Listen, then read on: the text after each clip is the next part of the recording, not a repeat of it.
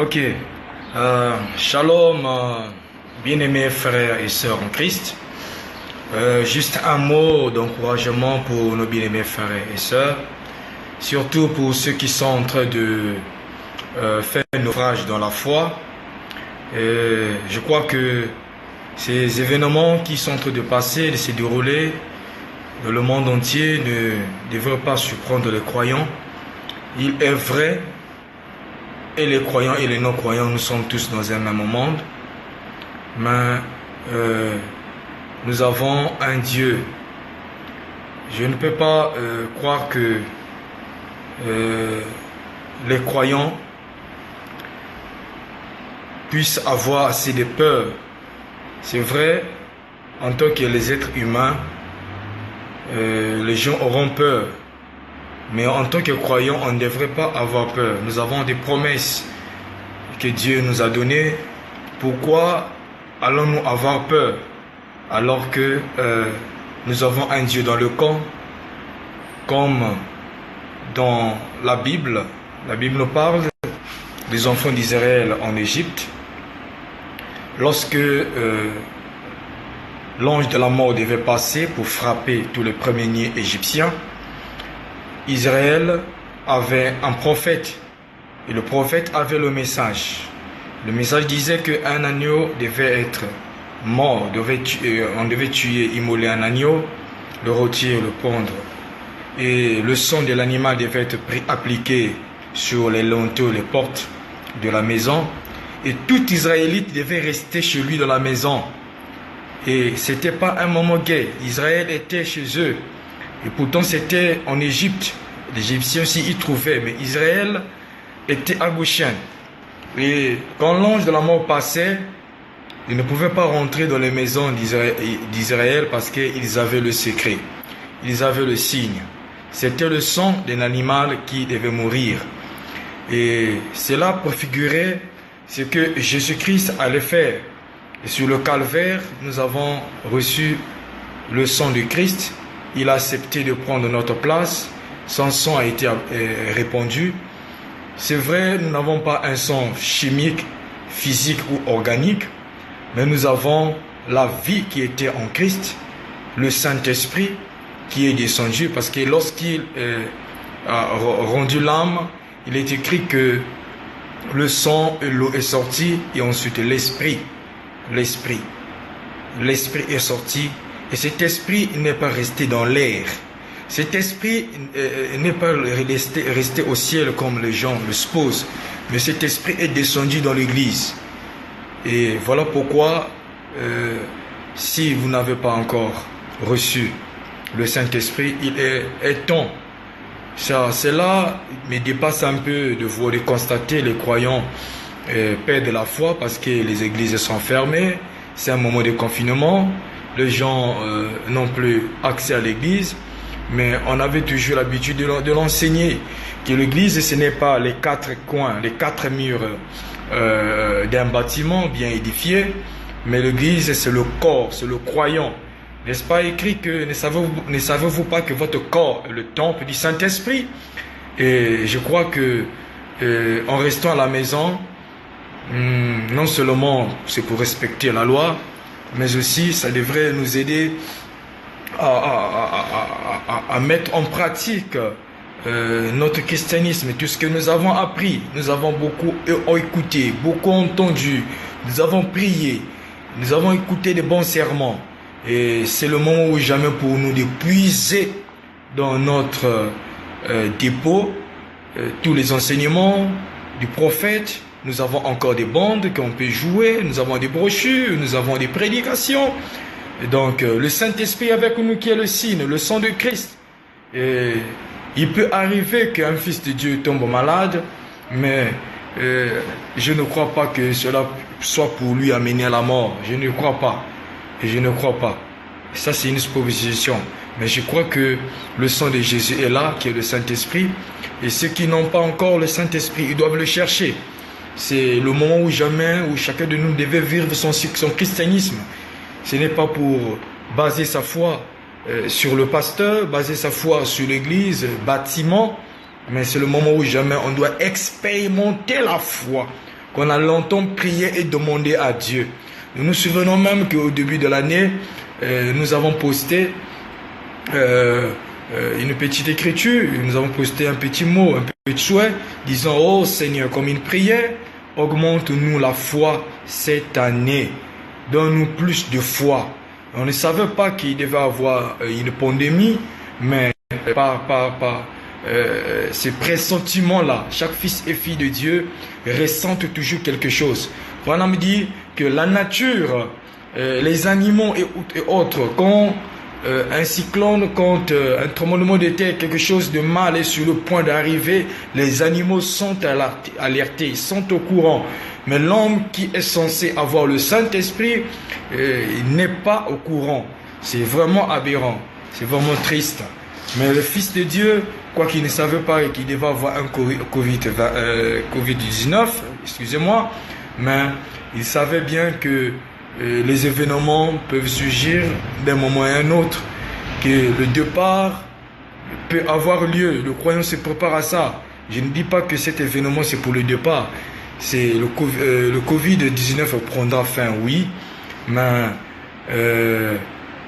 il y aura encore des événements, ça je le crois. Des événements peut-être plus graves que le Covid-19. Hein?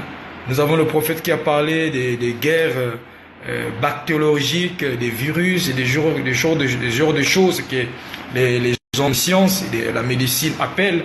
Mais nous savons derrière ces choses, peu importe ce que nous pouvons dire, que ce sont des manipulations des hommes, mais je crois que ce sont des démons. Chaque maladie, derrière chaque maladie, il y a un démon derrière, des esprits impurs qui sèment le désastre. Et quelqu'un m'a dit: je préfère la guerre que ceci. Mais qui t'a dit le contraire, que c'est pas une guerre? C'est une guerre bactériologique. Ça fait vraiment des ravages. Une guerre avec les armes, ça tue des gens. Mais le Covid-19 aussi est en train de tuer. Vous voyez? Et c'est plus grave encore. Quand vous avez un ennemi physique, vous le ciblez, vous l'attaquez. Mais cet ennemi est presque invisible. Et comment vous allez faire pour le cibler? C'est un combat, c'est quelque chose de spirituel. Quoique cela se manifeste physiquement, nous savons que ce sont des esprits. Donc cela demanderait que nous puissions avoir assez de foi pour surpasser cela. Les moments de famine, nous avons beaucoup de frères, beaucoup de bien-aimés, et même la Bible dont nous avons entre nos mains et nous nous trimballons avec, tous ceux qui ont mis ont scellé leur sceau, ont scellé leur témoignage, je vais le dire, par leur propre sang. Ils ont scellé leur témoignage par leur propre sang, ils ont été martyrisés, ils ont été torturés à cause de l'évangile que nous avons aujourd'hui. Et Dieu peut faire que toi, croyant, que tu puisses vivre une partie de la Bible, de ce que nos bien-aimés ont vécu, nos prédécesseurs ont vécu. Dans l'espace d'une journée ou d'une demi-journée, tu peux vivre une partie de cela.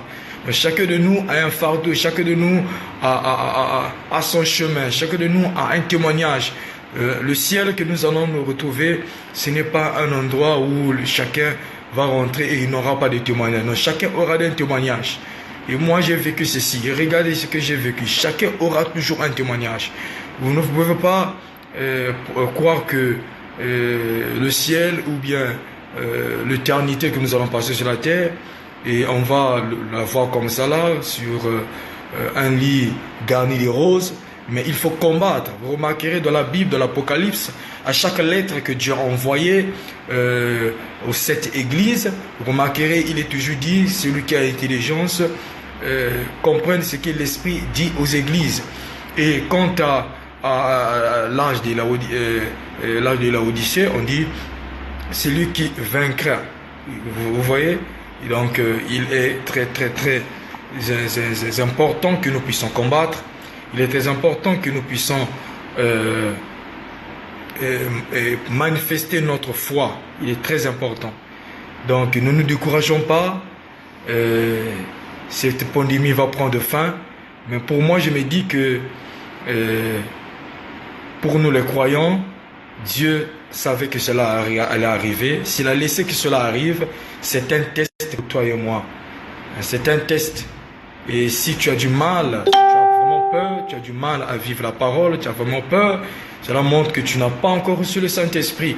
Parce que le Saint-Esprit en toi, peu importe la peur, peu importe le tremblement, peu importe les situations, il y a une paix que je ne peux pas, je sais pas comment je peux expliquer cela. Quant à le Saint-Esprit, il apporte une paix. Hein?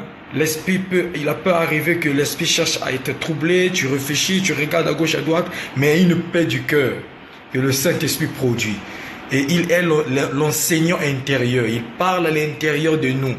Il nous rassure, il nous rappelle les Écritures. Il nous donne la paix. Même si le pasteur ne peut plus t'appeler, même si les diacres ne sont pas là.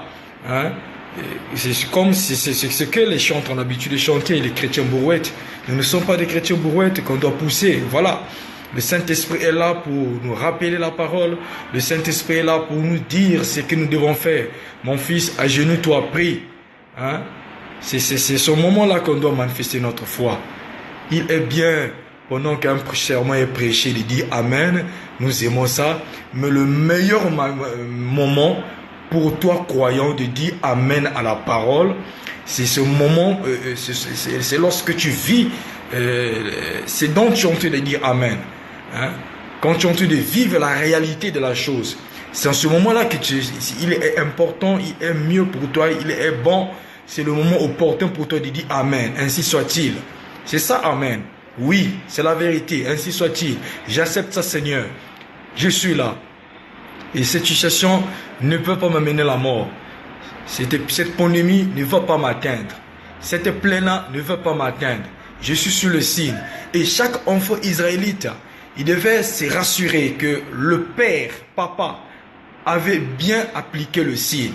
Papa, est-ce que tu as mis le sang? Papa, est-ce que tu as mis le sang?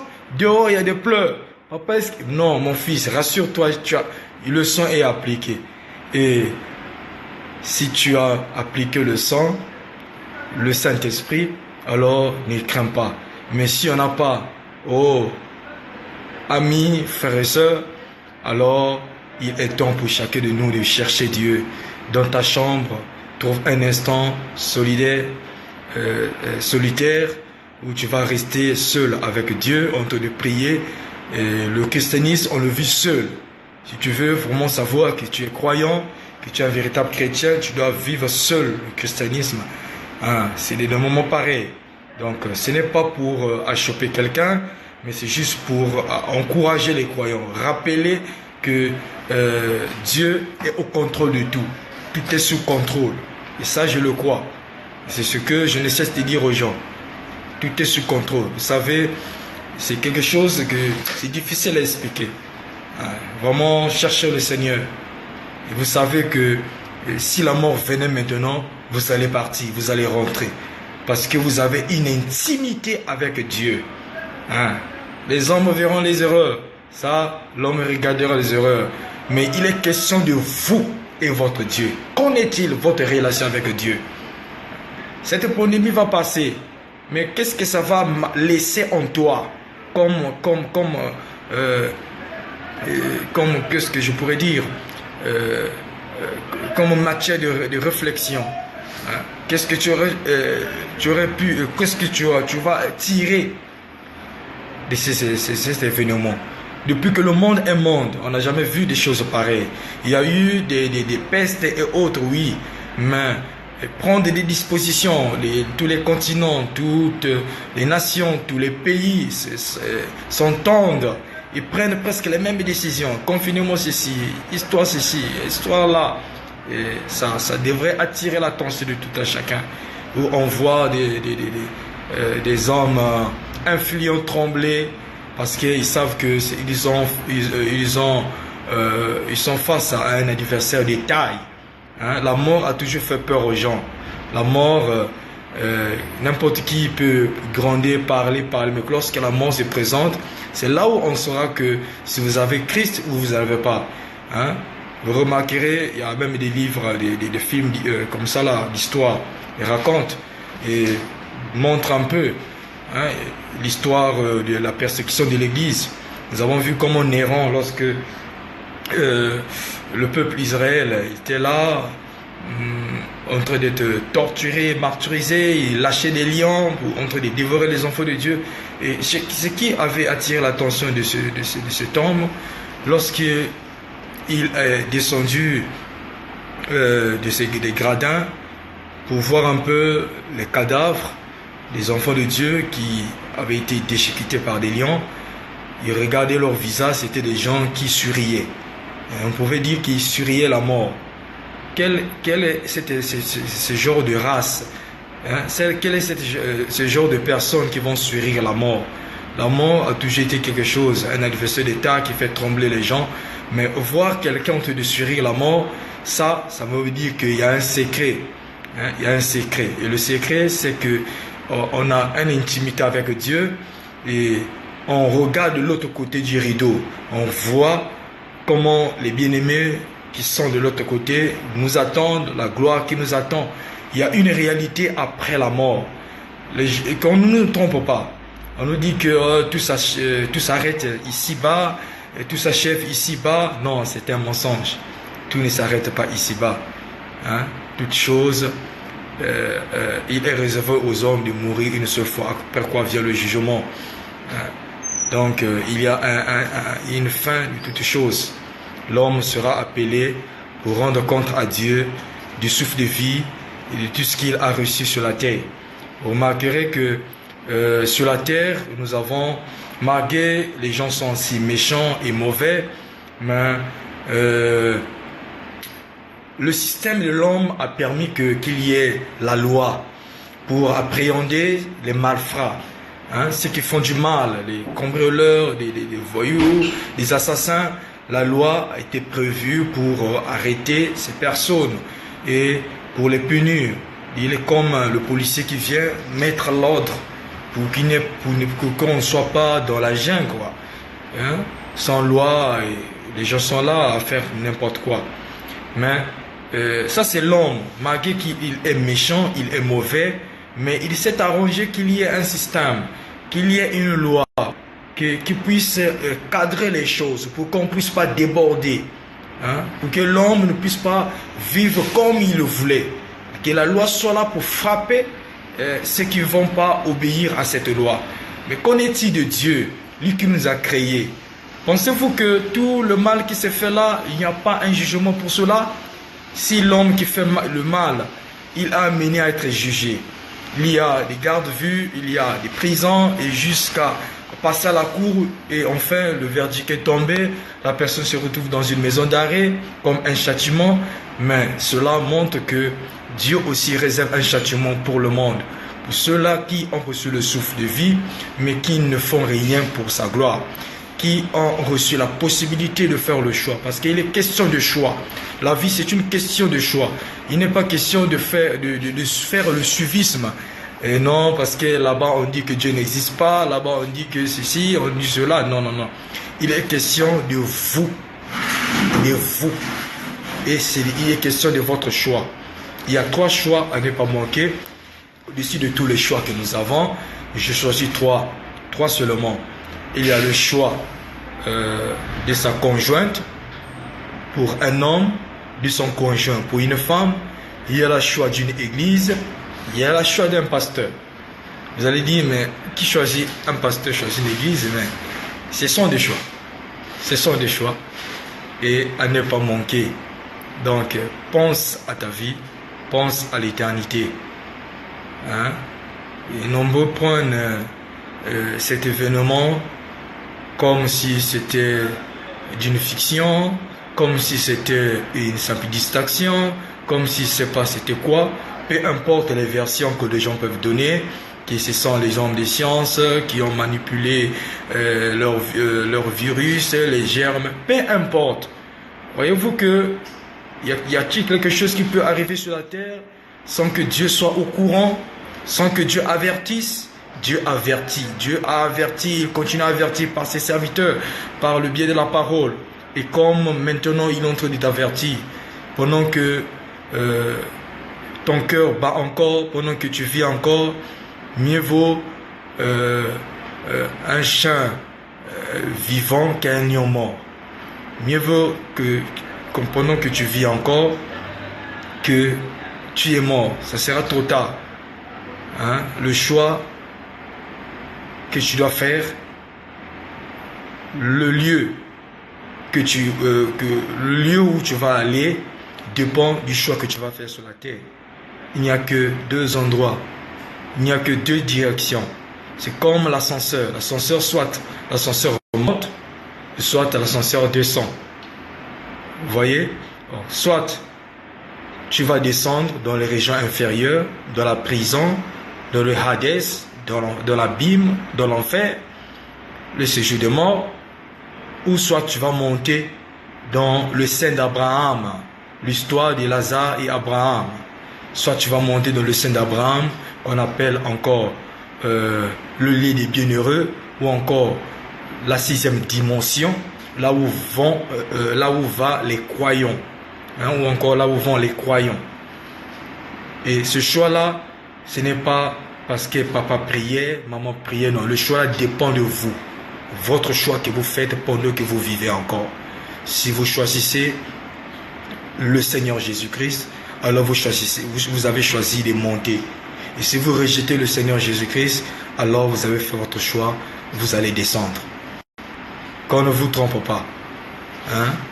Ne cherchez pas que ça soit trop tard, que tu es mort et tu puisses regretter. Non, il n'y a rien à perdre. Que tu fasses le choix de choisir, de faire le bon choix, de choisir le Christ, de choisir le Seigneur. Et qu'est-ce qu'il nous donne? Il donne sa marque qui est le Saint-Esprit. C'est la marque de Dieu. C'est le signe, c'est le sang de Christ. Et c'est ce sang-là, c'est son message. Vous devez reconnaître votre jour et le message.